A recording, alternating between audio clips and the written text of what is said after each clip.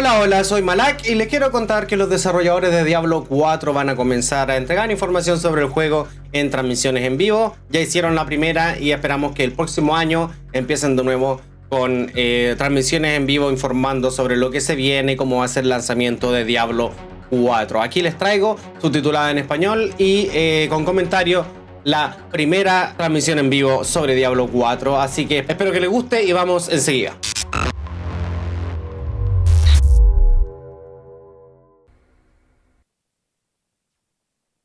Ok, vamos súper bien, parece que no tenemos audio. Bueno, esta es la primera transmisión del equipo de Diablo 4 sobre el estado del juego y lo que se viene, así que bueno, supongo que aquí está el audio. Estos errores son esperables, supongo. And then I have Joseph Pipora, who's the associate game director of Diablo 4.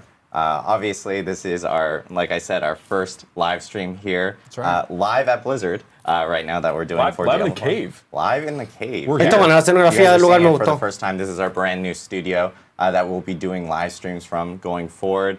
You probably recognize some familiar things in the ¿Van a hacer background más transmisiones? We have like Bale back here from the Diablo 2 Resurrected commercial that we actually did with Simu Liu and Winston Duke, which was really cool. We got like the giant Diablo skull. No conozco esa persona. Our skate deck. I'm like trying to point in random directions right now as I look at myself on this monitor. Yo andaba en and then, skate. of course, Lilith. Lilith's right here. And what's cool? Oh, and behind Joe's head, we actually have a giant treasure goblin. Yeah, treasure goblin. It's the mascot. Oh, it's right. Un goblin del tesoro, no una isla del tesoro. Especially in our building here at Blizzard. But as you guys know, we've been doing developer quarterly update blogs since the announce back in 2019. Han dado bastante información en los blogs. And this is kind of our new format going forward. We're actually going to be doing more and more developer update live streams as we head towards launch for D4 and even post-launch. But this gives us the opportunity of being able to connect with the community, hear from the devs, straight from them. Me encanta cuando los desarrolladores toman esa medida de cómo hacer transmisiones en vivo sobre los estados del juego. Cuando pasó con Overwatch 2 me gustaba mucho verlo porque hace más transparente para la comunidad la explicación como una persona, no sé, es una sensación igual, porque leerlo en un blog es básicamente la misma información, pero te da otra sensación de que el equipo está interesado en cómo mostrarse como responsables del juego y hacerse cargo de los cambios que están haciendo y todo eso. Through a fun format like live stream, so please excuse our mistakes and slip-ups. I promise Como you no we'll tener have audio en el primer minuto. That's the best part about doing live streams and so forth. The live part. The live part, exactly. But at the same time, what's great about these is that you guys will be able to hear more and more from the developers behind the scenes and hear their stories about how they are working on the game and what they're working on. So in future live streams, we'll have more information and more details about Diablo 4 before we head into launch. But yeah, I know we have a lot of stuff that we actually did announce over the past week. And Joe, I think it would be like a great opportunity for us to kind of dive in and kind of talk more about like what's occurred over the past couple weeks. Yeah, the past couple weeks have been, really the culmination of the past year of getting the game, getting all the content into the game, testing the game. We've had test after test this year, internal tests, the closed beta endgame test, which was, we wanted to test our endgame to make sure that we have a chance to tune it and polish it before launch.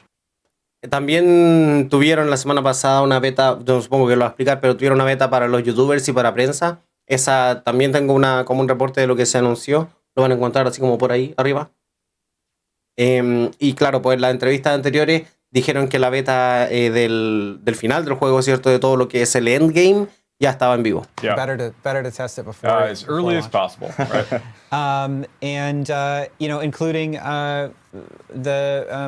the press previews that we did. Some of the press got to play and community got to play a little bit before the Game Awards, and then of course we had the Game Awards moment that really capped off the year and brought in. We had the monks take over the Game Awards there in LA. We had that wonderful opening where everything got dark and estuvo buena la presentación, sí. No fue cringe o tan cringe. Halsey performing. Yeah, the Halsey moment was amazing, and this image was. So Dijeron que la cool. colaboración con Halsey iba a continuar. A picture she ended up taking right before the Game Awards performance, holding the Diablo skull. It's incredibly iconic in terms of how it was. Oh, it looks Yeah. fantastic. Yeah. I had no idea she was such a huge Diablo fan. I mean, I love how it mirrors this statue of Lilith holding the Diablo skull. Yes. Yeah, and she La is a estatua de huge Lilith, Diablo fan. She said her first Diablo game was actually D2. So it's pretty cool to be working with her and having her perform her song Lilith there at the Game Awards, and having that cool moment as we led into the reveal of the trailer. And of course, Es difícil saber si es verdad o no, porque siempre que tienen como un influencer o un artista presentando algo es como, wow, soy fanático de ella. Es como, really? Pero puede ser. the big announcements at the Game Awards being the release date for Diablo IV, which is, we can finally say, That's right. which is June 6, 2023. And during that announcement, we also ended up opening up pre-orders for the game. And we have multiple different versions for people to pre-order online or on the Xbox Store or on PlayStation Store. But we've also gotten some questions regarding the actual different versions, and I think we want to just kind of go through a few of them so we can kind of detail out exactly what people will end up getting for each of the different versions of the game. Buenísimo. I know that the first version, obviously, is the standard edition of the game itself, and if you Está end up bastante caro, en pre-ordering any verdad. copy of the game, you do get early access to open beta. Yes, so which it doesn't is matter pretty what version of the game you get. As long as you pre-order it, you're going to get early access to the open beta. Exactly. And La montura esa del como cancerbero está disponible para World of Warcraft. Vi un clip por ahí de que Asmongold, él ya hizo la precompra, y mostró la montura, cómo se ve en juego.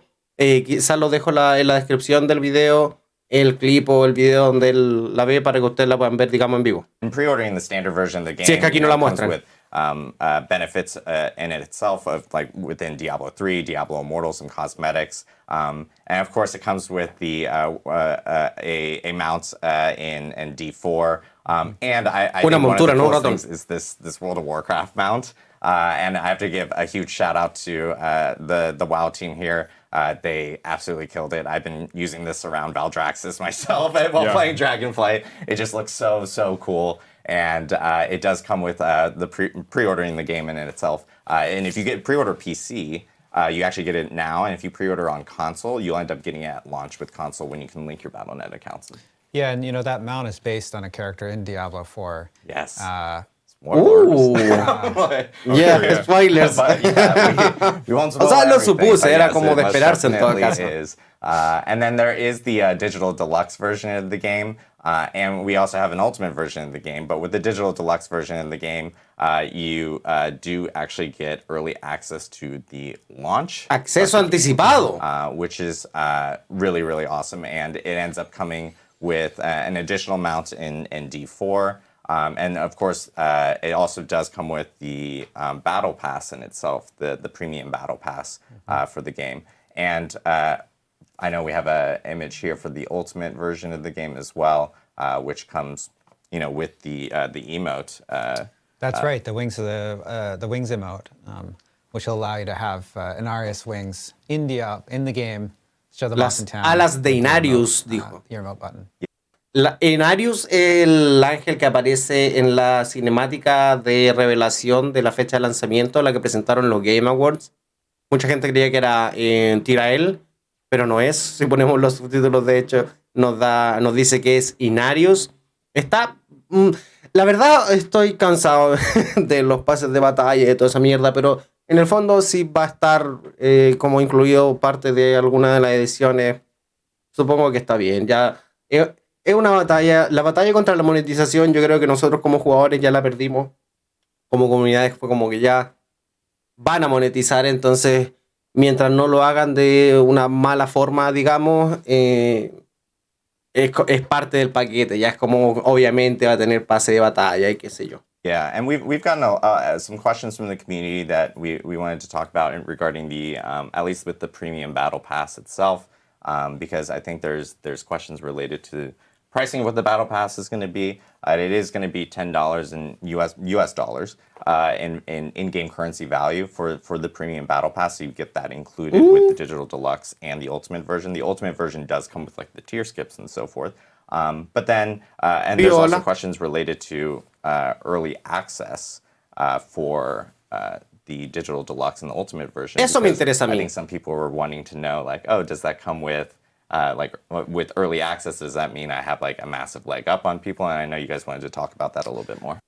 Había un discurso sobre que a pesar de que se supone que no va a haber ningún tipo de opción para poder comprar poder en Diablo 4, según lo que han dicho y el hincapié que han hecho los desarrolladores, había una preocupación de que quizás este acceso anticipado sí pudiera verse como una forma de pay to win, porque claramente la gente que tenga acceso anticipado va a tener más opciones de avanzar antes que el resto, y una vez que llegue, digamos, si hay arenas PvP y todo eso, van a tener mucho más tiempo de haber farmeado y recolectado mejores armas, mejor equipamiento, mejores gemas y levelear mejor las habilidades. Entonces había como una preocupación sobre eso. Eso es lo que van a hablar ahora. Yeah, so I think there were two points there. One is getting early access to the game's release that you get through the deluxe version or the ultimate edition. And the thing I want to be clear about is that the game will not be launching in season 1. Season 1 will arrive weeks after the launch of the game. Okay. And when season 1 starts, everyone will be starting at the same time. Everyone will have an even playing field. And you know, a lot of our competitive features like leaderboards and those kinds of things are going to show up in seasons.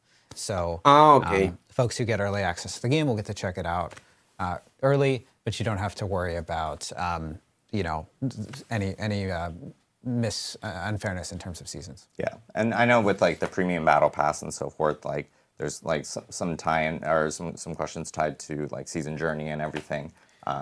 Yeah, this is a good, actually. I'm glad we have an opportunity to kind of talk about this a little bit. So there's, I think there's confusion about the distinction between the battle pass and the idea of the season journey. Mm-hmm. And the season journey is still in Diablo 4 in the same way that you found it in Diablo 3, and that it's kind of a chapter-based mechanic that as players are progressing through the season, able to complete these various objectives tied to each chapter. We've made some updates to the way the feature works.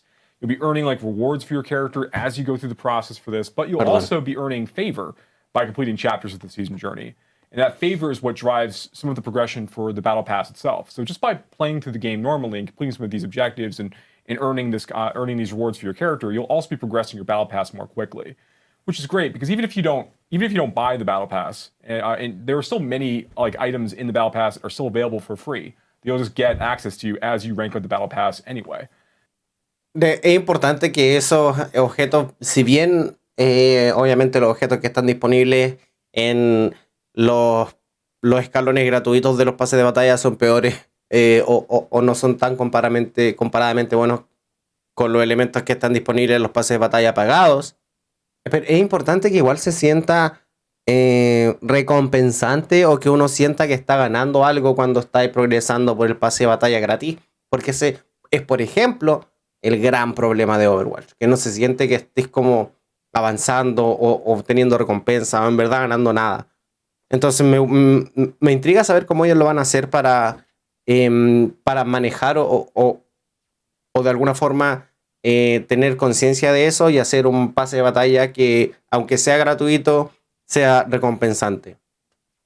So even if you don't spend the $10 to purchase the premium battle pass, you'll still get some minor cosmetics and a few like gameplay boosts that you'll be able to earn during the course of that experience.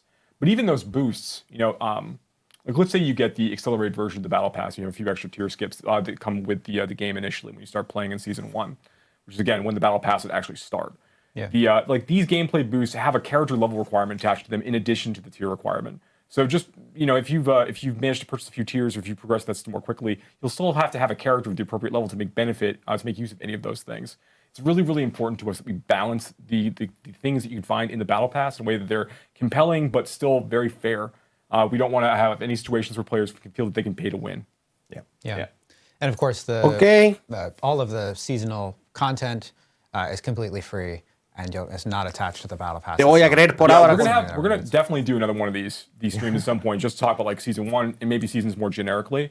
And we've done some like we've had like blog posts and things. We've talked about this more recently, but to reiterate, like seasonal content, like our big season updates, are all completely free. You know, they're filled with new like progression mechanics, new monsters to fight, new challenges, new quests and content to go and consume. There's a lot to look forward to. All of that is completely comes with the box price of the game you've already purchased. Yeah, and as just mentioned here, like if you want to learn more about the battle pass itself, feel free to like check out our blog back in August where we kind of detail out a lot of our plans on that. And of course, we do plan on talking more about seasons here in the future because people are going to want to know what season 1 is about, and we'll have more information as we get closer to launch. And we're excited to talk about it, frankly. Yeah, and there's some incredible cosmetics in the Battle Pass too. There's really cool cosmetics in the Battle Pass, but no power. You have to pay for it. Yep, no power. And then the next big thing that I do want to also mention, of course, with the pre-ordering all games is the collector's box. And I know we've seen a lot of chatter about this because of like all the cool items and so forth in it. We did want to, we have an image right here. I mean, it looks amazing. We did want to clarify in the pricing of the collector's box. Right now, it is priced at $96.66. Ah, ok. Yo dije que $9,666. No, $96,66, que diabólico. Se ve bastante bien. ¿Viene con el juego o no?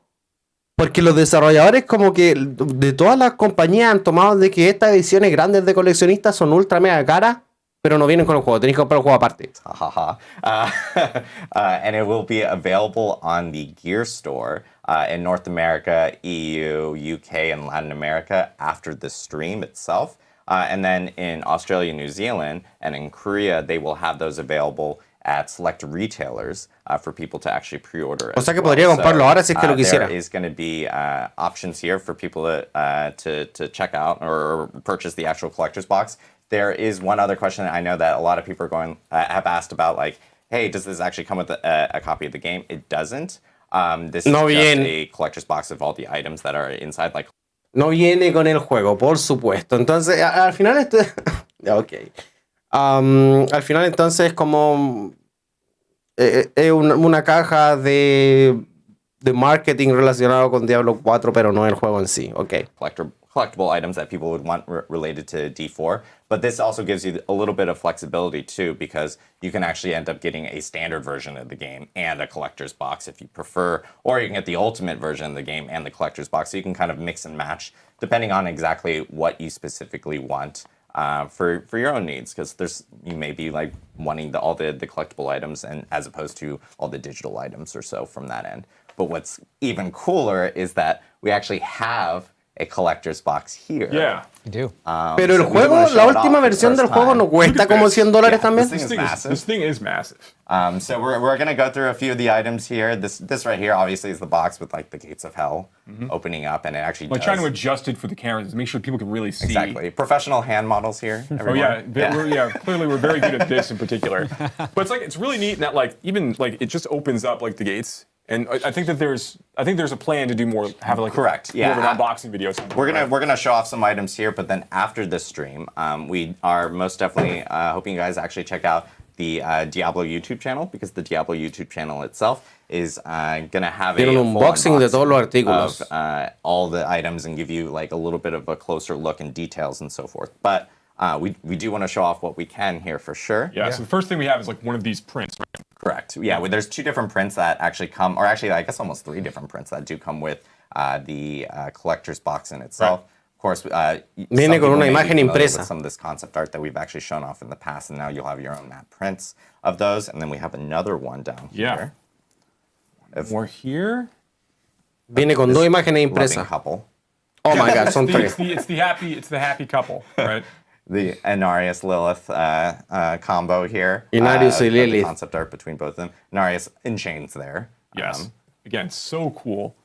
We'll look at these characters this way. Inarius encadenado en la imagen. Yeah, hay que rescatarlo. The Horadrim pin as well, which is really cool. And you can be like Tyrael now. I guess, Tyrael now in the story. Yeah, this is so cool because we had to build the Herodric. The Herodrim are a key part of the story of Diablo IV, and so we needed to design a symbol that appeared in game that was really iconic and part of a symbol of their order, and it turned out to be quite important. And so we decided to make this this physical pin so that you could kind of Be part of the secret club. Pin. There you go. Un So pin you guys can físico. join an order of secret demon hunters going across Sanctuary, trying to keep things safe. Exactly. This is actually one of my absolute favorite things here that we're about to show. I want to make sure that I actually get it the right side up. Oh, de I tela. did not. There we go. I did. There we go. Live. Yeah. This is the cloth map here of. Wow, yeah, esa I está think cool. the coolest part about this Esa is está bueno. this is actually a full representation of like the areas you'll be playing in Diablo 4. That's right. We, when we went to build the world of Sanctuary for Diablo IV, one of the things we wanted to do is make sure that the game map had the feel of the kind of map that you would have that people made when they thought maybe there were a bunch of serpents in the water. Right. And so it was so cool to build all of that art for the map, and then getting to actually represent that as a physical object in the cloth map is so cool. And there are even more embellishments on this map. A lot of the art there at the bottom. Está around the buenísimo. outside. Yeah, and the framing is so cool. Like Lilith's up at the top and like kind of center frame there, and then of course, like we mentioned, like there's points in the game like Skazgland, Dry Steps, etc. that are represented in the map that you'll actually be able to see. And when you open up the map in Diablo 4, it's essentially this, which is awesome. So Yeah, I'm just a huge D&D and RPG nerd, so like anytime a game has a cloth map that comes with it, like I'm just so ecstatic to be able to just hang that up someplace and just put it somewhere. So ¿Cuántos I'm juegos really vienen con un mapa de stoked that tela? We actually have this. And then we have... O sea, asumo que si el loco está nerd, él sabrá. More. We have the art book, which is massive. Yes. Here you go, Adam. Oh, Let yes. me hand that to you awkwardly. yeah, I will attempt to flip through Accept it awkwardly, yeah. But yeah, it's got it in itself. Los libros de it's arte got, me encantan, eso sí. a bunch of different art that obviously the team has been working on within the game and so forth, and No la voy a comprar, pero... led by our wonderful art director John Mueller. right. But yeah, it's pretty awesome. I'm so sorry. There's like super glare. Somewhat glossy. It's very nice. Glossy pages, everyone. It looks great. But yeah, this thing is massive. It's super heavy. It's hundreds of pages here. I mean, which is really cool. it's that's how thick it is, right? Like this is a lot of art. It's really cool, and we can only show you a little bit of it. And honestly, if you've like ever pre-ordered like a collector's edition or anything like that from other Blizzard titles like World of Warcraft and everything, the art books from all the art teams here have always been so phenomenal, and that's just another. So That's not the last piece here. We have Yes. this. We have the candle. Ah, la Candle velita. of Creation here is Yeah. included. This is La kind vela of de la like the creación. main centerpiece for the collector's box in itself. This Una thing vela. is really awesome. It's pretty hefty too, and it's great because it's double-sided here, so you can kind of choose sides depending on what you would want. Lilith on one side and Narius on the other. Didn't we you just know? do like a Lilith poll y for, Narius Team también. Lilith and Team Anarius? We did. I will say the results blew me away because I think if you asked me like, a month ago, I would have said Team Lilith would have been just Would have crushed, dominating. Yeah, but it ended at a 50-50 split. División de So there are 50-50, most Team definitely, Inarius y Team a good Lilith. mixture of fans between Anarius and Lilith, but yeah, the candle itself ¿Cómo is really traduce los cool. There's a nombres? ton of detail on the actual base as I'm covering it with my hand. Yeah. Hand model, everyone. And then, of course, it's even got some extra details here on the bottom specifically. Fallen skulls. You can really see some of the detail of Anarius pauldrons. It's almost hard. It's hard to show off the level of detail, but thancefully we have a video later that we'll talk about some of these things. And we have some Exactly. images going up as well. Yeah, and it's actually got a, because this is an electric candle in itself, this is ¿Una vela something eléctrica? that will just disappear after using it for so many uses. Debo and so decir forth. que But, ya, es un poco it is desafiante, battery pero operated, se just entiende, switch se on the entiende. side and so forth. But you can then have it either on your desk while you're working, or and you can flip it from side to side depending on which That's right. Who you want to be in favor with. Mondays with Lilith and Tuesdays with Anarius. Exactly. So yeah, this is the collector's box itself. As I said, we will have an unboxing on our YouTube channels immediately after the live stream. So make sure to check that out. And pre-orders should be going live after this live stream on the Gear Store. So, and that is in, again, North America, Latin America. La Gear Store es la tienda de merch, UK, de merchandising de Battle.net, la It oficial. will be available at certain retailers. So make sure to keep your eyes peeled for those specific regions and where those details are going to be. So this is the collector's box. So it's actually really cool. Super excited.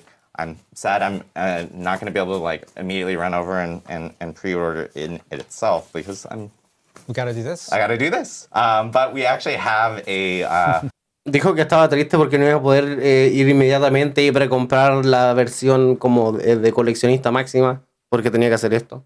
Which is like, a lot of other things to talk about. As you guys know from the Game Awards and what you probably saw in the beginning of the live stream. Speaking of which, I do want to apologize for our counter. It clearly looks like Belial has gotten to our counter at the beginning of the live stream. It was moving a little slow. Lord of Lies most definitely has taken advantage of it. But we did start perfectly on time. But at the Game Awards, we did reveal the new cinematic for Diablo IV. Yeah. And I think this would be just one more a good refresher, just in case if you're jumping into the live stream now or if you haven't taken a look at it. I've seen it a million times, but let's take another look at the Anarius and Lilith trailer. el tráiler de Inarius LL. Juan, qué buen tráiler. De verdad que sí. Me gustó mucho, me gustó muchísimo.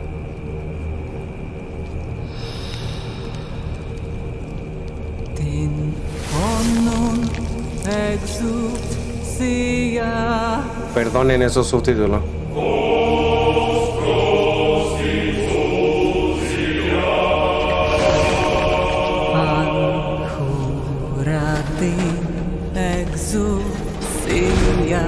Hay subtítulos como automáticos en la parte de abajo, eso los voy a borrar después en la edición, porque son horribles.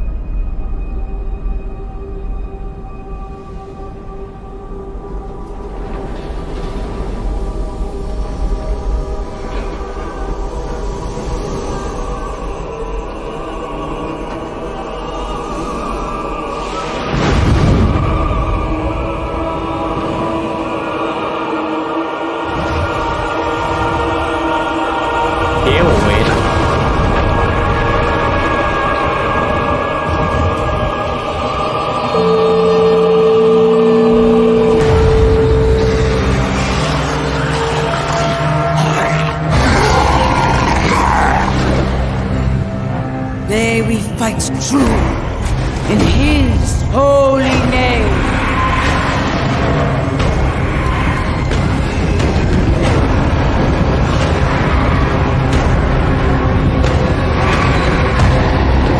Blessed be the light.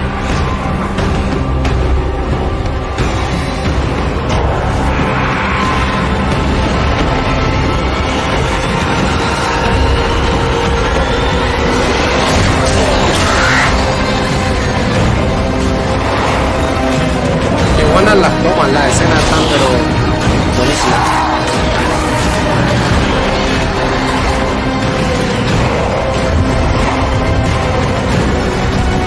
Y la música,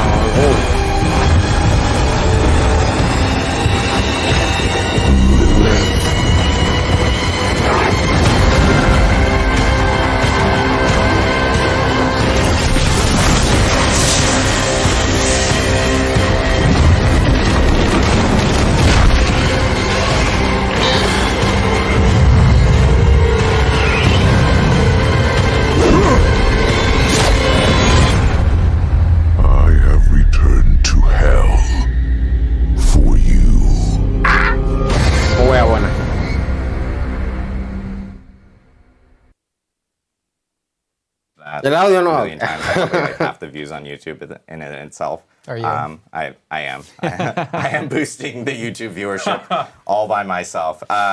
It honestly is probably one of my most favorite cinematics that our SFT team has worked on here. It's at incredible. Blizzard. It's incredible. I think it'd be good to like kind of help inform the community, because I know a lot of people, if you follow Diablo, you know who like Lilith and Inarius are, but then there's a lot of questions related to like, who is Lilith, who is Inarius, how important are they within the Diablo universe, and it'd be kind of like great to give a little primer on that. Ok, entonces nos van a hablar sobre quién es Lilith y quién es Inarius y cuál es como el papel a grandes rasgos que cumplen dentro del universo, digamos, de lo que es el juego de Diablo. Lamentablemente, como los nombres no los tomó muy bien el reconocedor de voz. Yeah, so, Diablo 4 focuses on the world of Sanctuary, and it's the world itself was created by Inarius y Lilith. Inarius y Lilith crearon santuario. The universe of Diablo, there's this eternal conflict between heaven and hell, with the angels on one side and the demons on the other side. And Inarius and Lilith got tired of this and wanted to have a third way, and they created the world of Sanctuary where the humans live, and Diablo 4 takes place.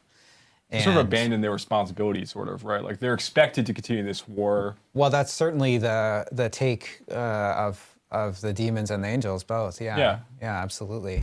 And so, these two characters, these two antagonists, are ambos antagonistas a central part of the story. As you adventure through the world of Sanctuary, these two founders who do not see eye to eye at this point, certainly, are a key part of the story that will unwind.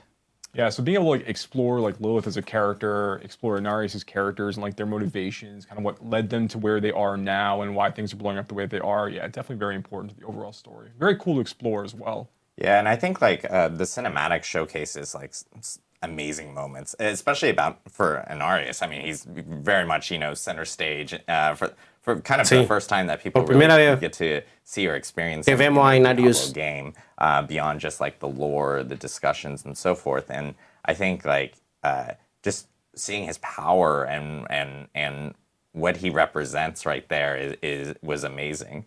Yeah, Inarius is a force, to be sure.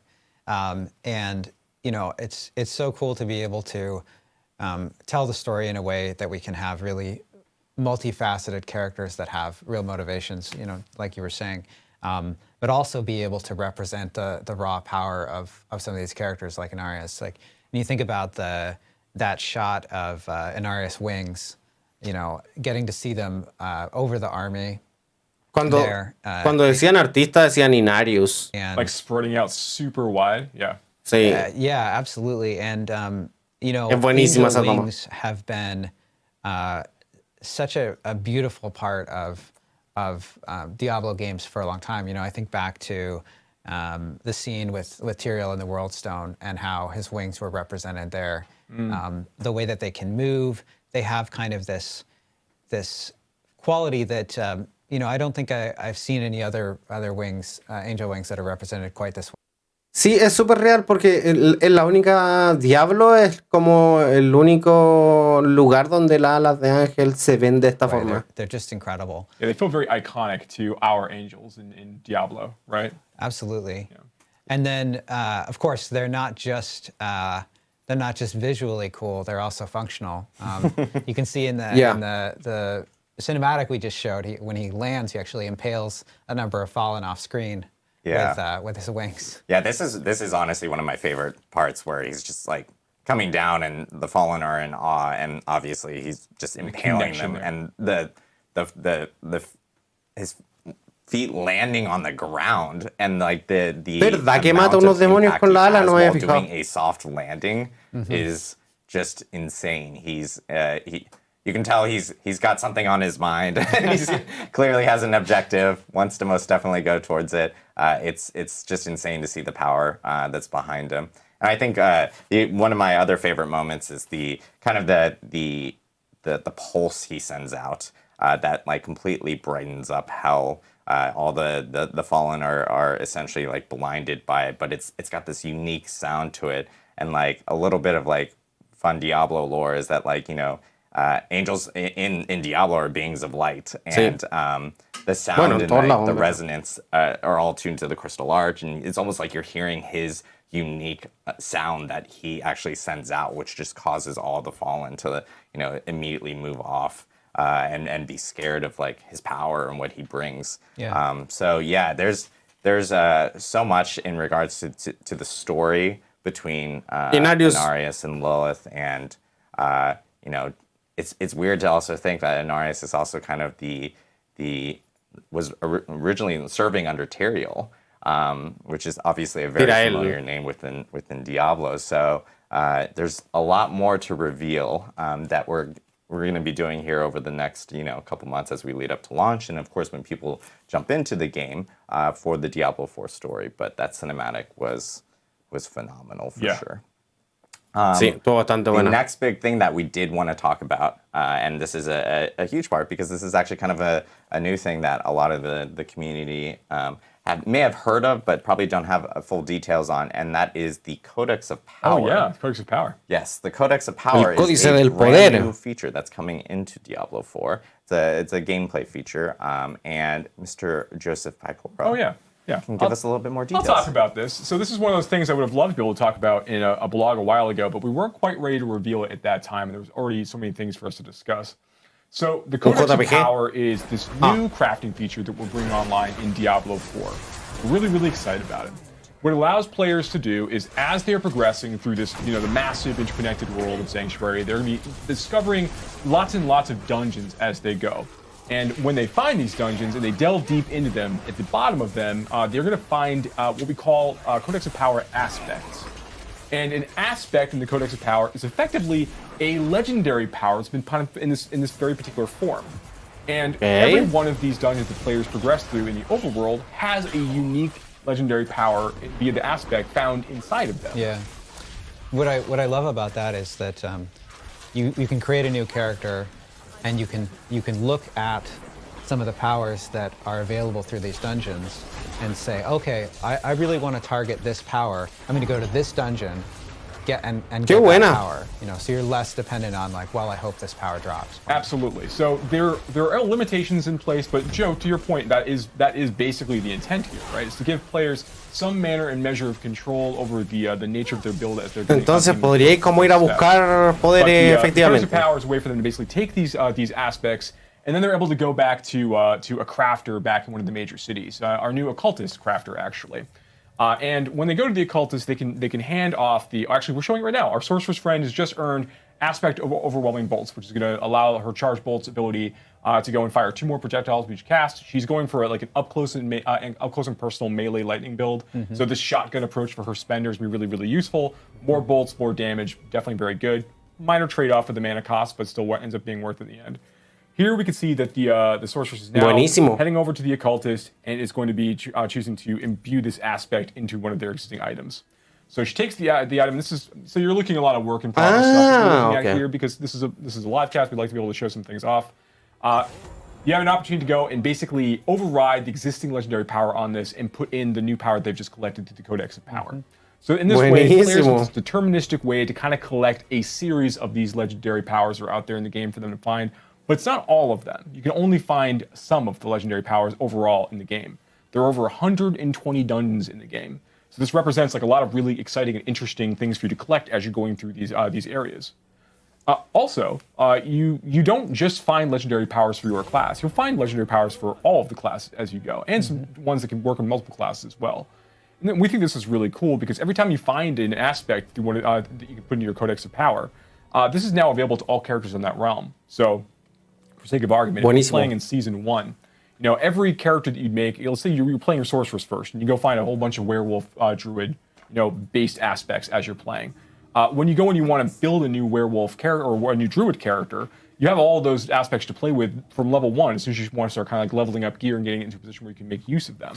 So we love this idea of like making it so it's easier to go play with other builds. Yeah, I love too how we've really been thinking about crafting in Diablo 4, and I love how the occultist figures into that crafting, right?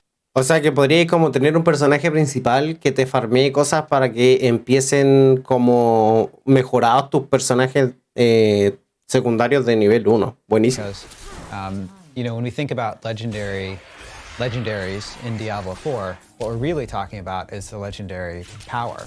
And that legendary power can be moved around. You can use it to upgrade rares, and the occultist is sort of the central point of all of that crafting loop. That's absolutely right. So that was one big change we add with, and we've talked about in previous blogs before. But one big change in Diablo 4 is allowing legendary powers of a particular type to roll on lots of different item slots, which gives players an interesting game of deciding where they want to place certain powers to make the maximum use of them for their builds. Now the Codex lets them put them on the slots that are appropriate for that power. They can choose, right? But another limitation for the Codex power, in addition to not actually having the ability to collect all of legendary powers in the game, there's many, many more for you to find as you're playing through Diablo 4.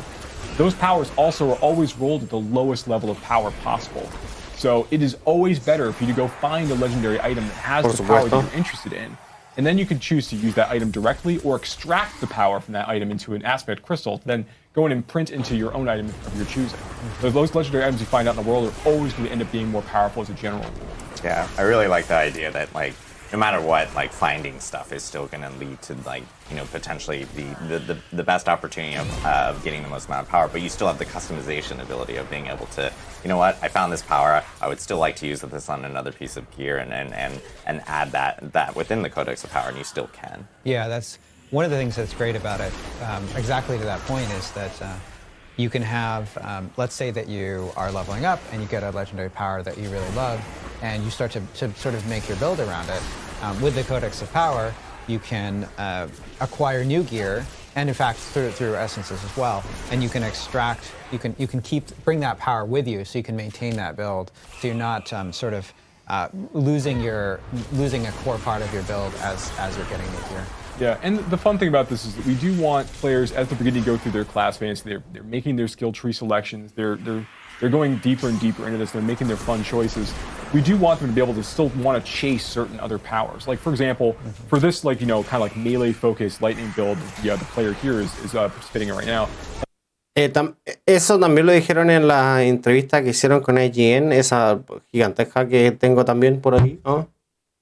En los youtubers, que esperan que los jugadores intenten como modificar su construcción y intenten como cambiar cada cierto tiempo, o estén siempre como modificando la forma en la que tienen construido su personaje, así que es como el objetivo y la forma en la que están construidas todas las habilidades y el método de progresión. Like, there are other powers that they really, really want for this build. Like, there's a lightning bolt legendary that is going to allow lightning warp legendary. It's going to allow them to have the spear basically orbit around them as part of combat, which, as you can see, would be awesome when they're teleporting into packs of monsters and trying to deal damage when they're up and close and personal. So there's lots more things for that lightning sword to collect as they're going through, and then hopefully find the very best versions of those legendary powers as well as just finding them in the first place. Yeah, so I know with the Codex of Power, this is kind of a new feature that's coming in Diablo 4, and we'll have more information and more details regarding different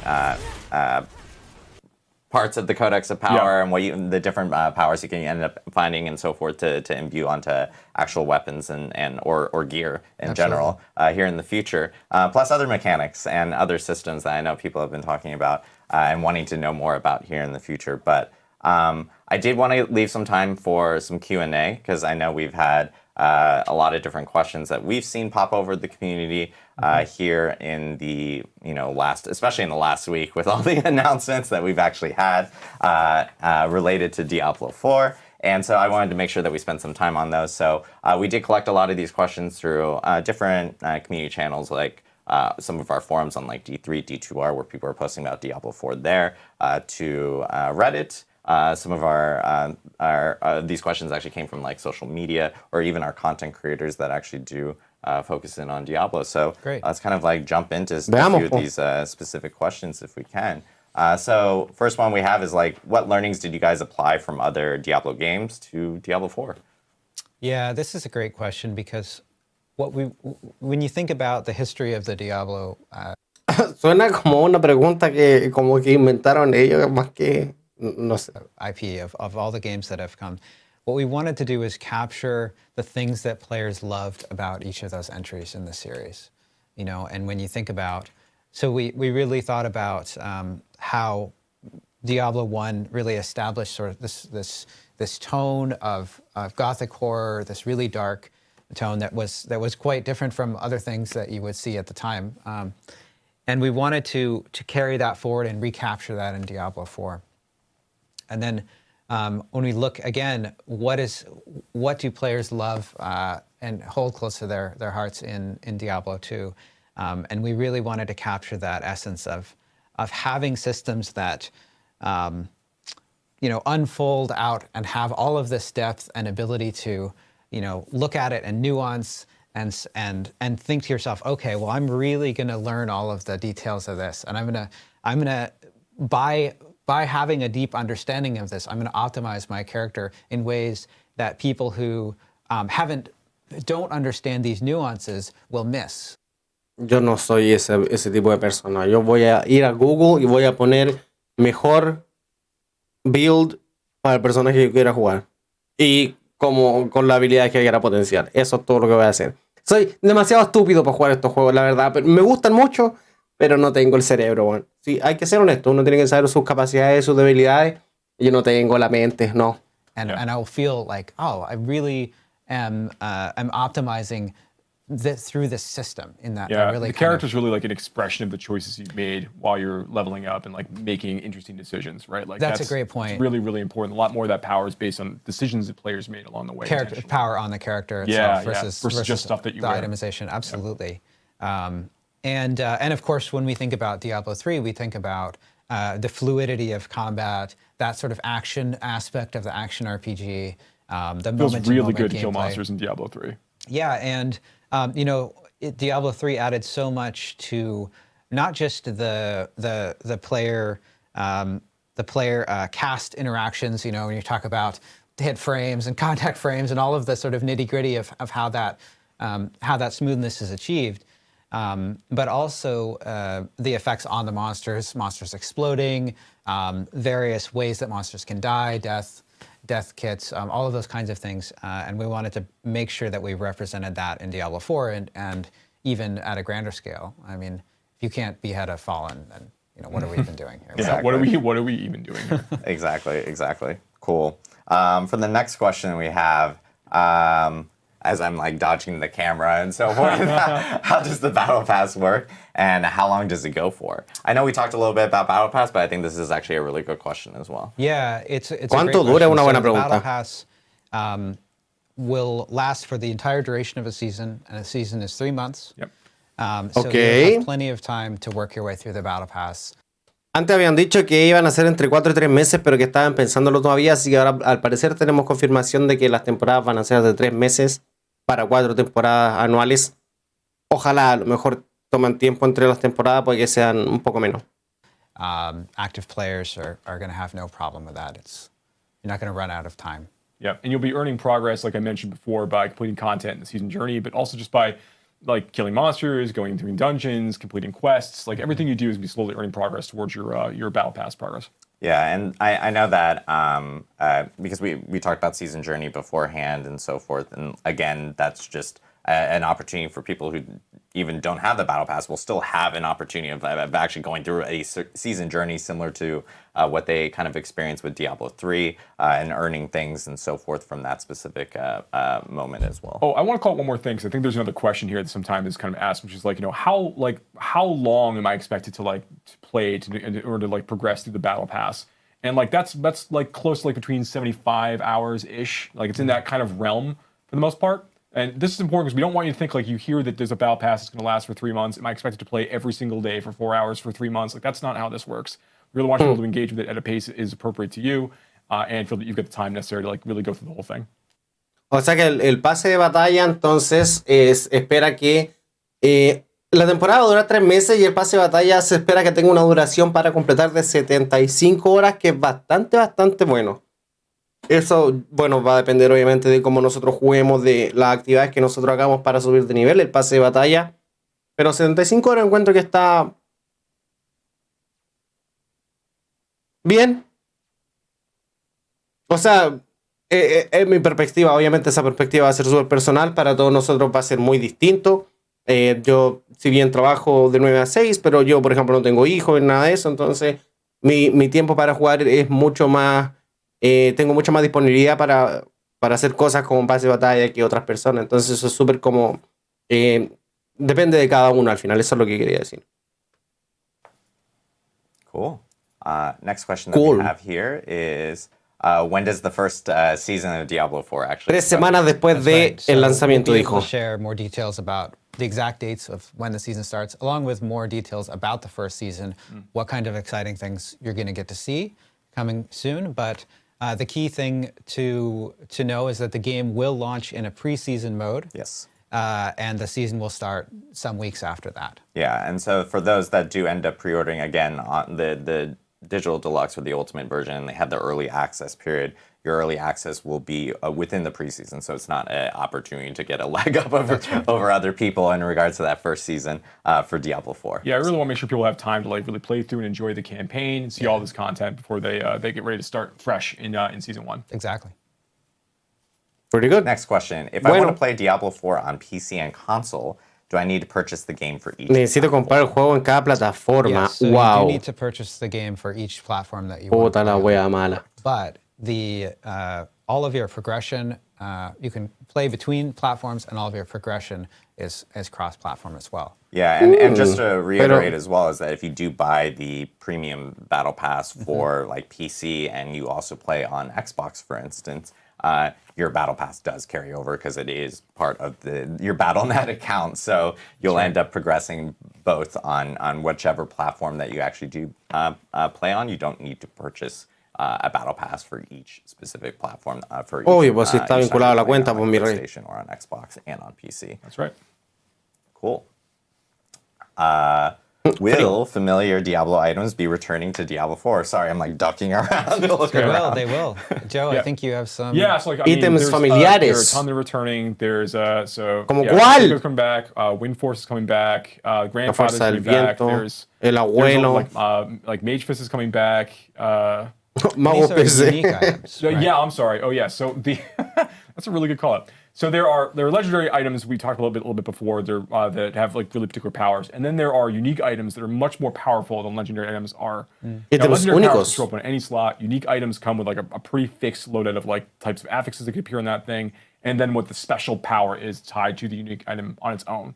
And they're really they're difficult to find. They're really Por rare. supuesto. They're fun chase items, and you can really build exciting builds around some of these things. But we've taken a lot of the ideas from these items from previous games, kind of reinterpreted them to make sure they work with Diablo 4, but tried to retain that thematic essence to them.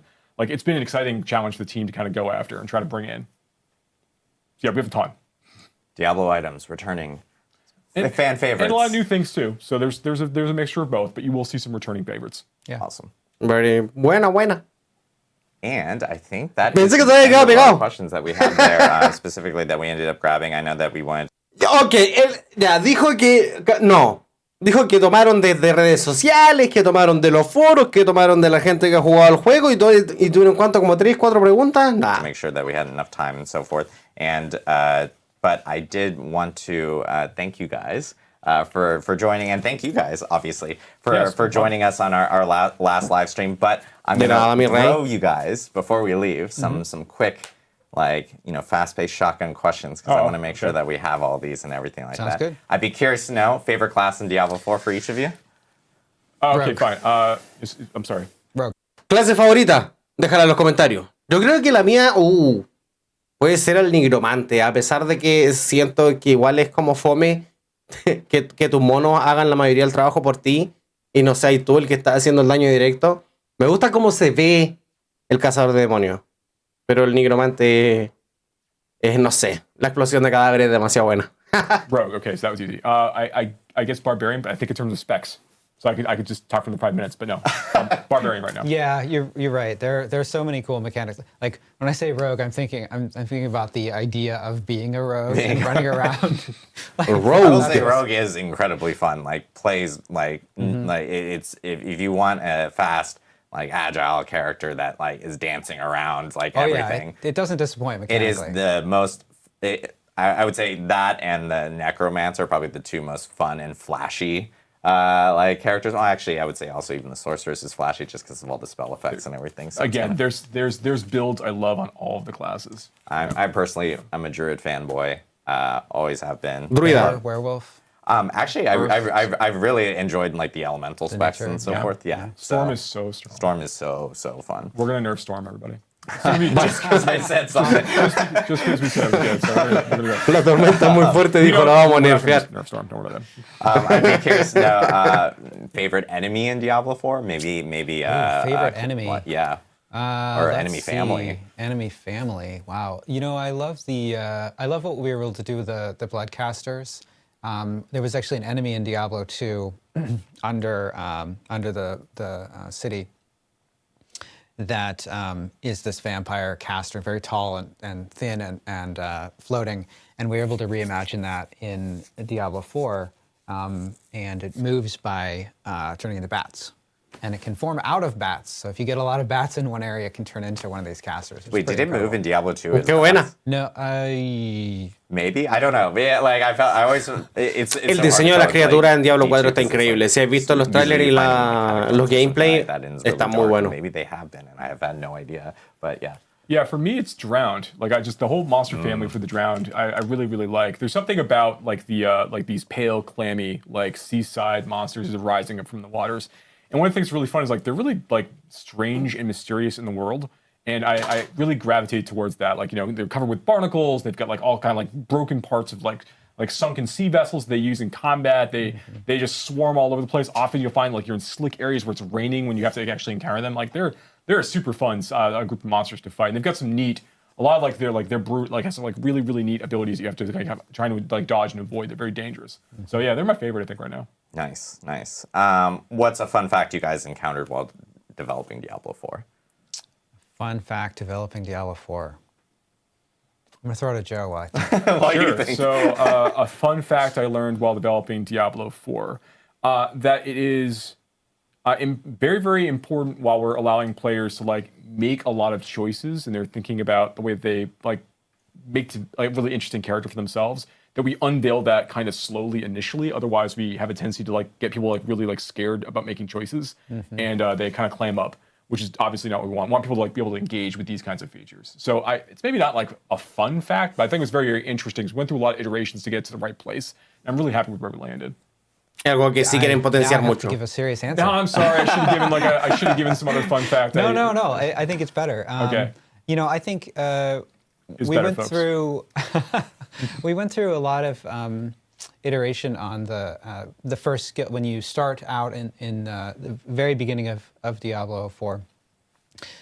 For a while, you started with one of your classes, left click, basic skills, and we had a lot of trouble with having that skill that we'd chosen for you, feeling like, well, I guess I should build a spec around this, because it's just you start with it, you're familiar with it, and it sort of constrained your ability to explore the skill tree. Yeah. So like if Sork started with like Firebolt, for example, like a lot of people that were testing would just make fire like spec sorcerers. They wouldn't think about like trying other skills. So we ended up going with a basic. We ended up adding, fairly late in development, a basic attack that you start with, so that when you get your first level up, you actually get to choose. Okay, well, which spec do I want to start with? And of course, you can respec within the skill tree pretty freely. So Yeah, and I remember gusta that. esa idea. And it was originally like that, and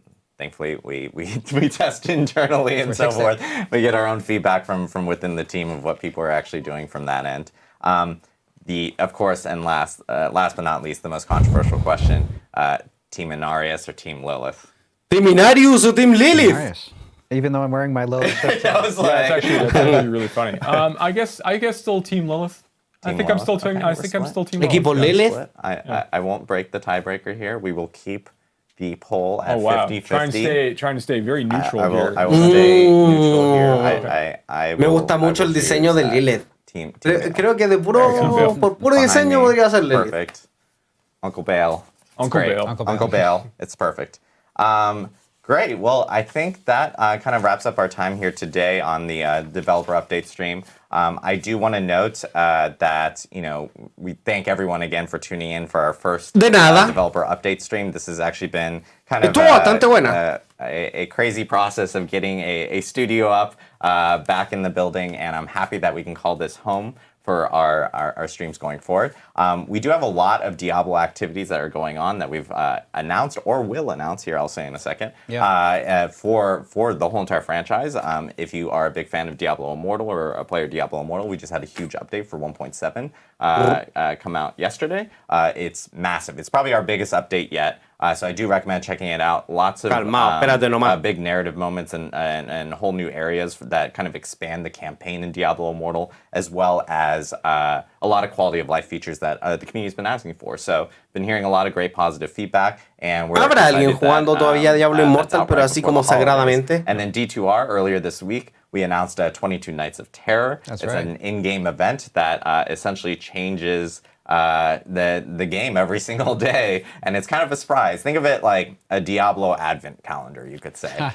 So that actually started earlier this week. And for Diablo 3 fans, we actually have a new holiday event. This is a brand new event for Diablo 3 that I'm really excited to. You've been working hard on this.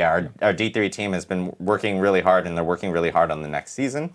And we'll actually be revealing that tomorrow on the blog. So make sure to tune in for that. And we'll also have news related to, of course, the Darkening of Tristram, which happens every single year for Diablo 3 and when that will be occurring. So make sure to check out Diablo3.com from that side. Diablo3.com. Any parting words from you guys? Yeah. I really wanted to thank everyone for tuning in today and following us throughout the year. It's been a big year for us, as I was saying earlier. A ton of work getting all the content into the game, setting us up for next year, setting us up for release. We've got a lot of bugs to fix in the new year. We've got to make sure that our server architecture and infrastructure is in good shape. Wow, eso es muy importante. Of course, our beta is coming up, and our release as well. So some work ahead of us, and we have a lot of exciting stuff to share next year as well. Pero bueno, los servidores en día de lanzamiento no pueden irse a la mierda, no pueden. Como siempre se les van a la mierda en Blizzard. You're not going to Blizzard. hear from us for a little while, because we're all going to take some time off to be with our families for the holidays and really take a break from, from Diablo 4. Just not think about Diablo 4 for a little bit. A restful holiday period for the team for sure. Sometimes we have builds up, people to sort of log in and continue to play, not this time. We're killing all the builds for the holidays and forcing everyone to not be on Diablo for a little while. Be good. Bueno. Any parting words? Shout outs to the various Diablo updates we have coming down the road. I recommend everyone take some time to play some World of the Warcrafts, because Dragonflight is rad, really fun. But for the community itself, I think that this has been a huge year for the Diablo team, much as Joe has already said. We're really excited to be able to just finally start sharing more and more about where the game is at and what we've been thinking about and what we value. It's been awesome talking to press. I really can't wait to just keep this conversation going. I think this is going to be the best thing for everybody, both for the dev team to be able to get this feedback and hear the sorts of things that you're interested in. Also, just make sure that we're regularly talking to you so you know what to expect and you know what we're where our heads are at. So I'm really excited about that. So thank you for sticking with us this long, and hopefully everyone enjoyed all the things that happened over the course of this last couple months. Yeah, and like I said, this is kind of the new way that we're going to be communicating out to the community through these developer update streams. We're super excited for them, especially as we get into next year. We have way more information to reveal, including details early next year, about the open beta and when that will actually be starting as well. So again, thank you everyone for tuning in, and I just want to say happy holidays, and we'll see you guys next year from the Diablo team. Thanks again. Yep. See you, buddy. Estuvo bastante bueno el evento. ¿Qué quieres que te diga? ¿Qué quieres que te diga?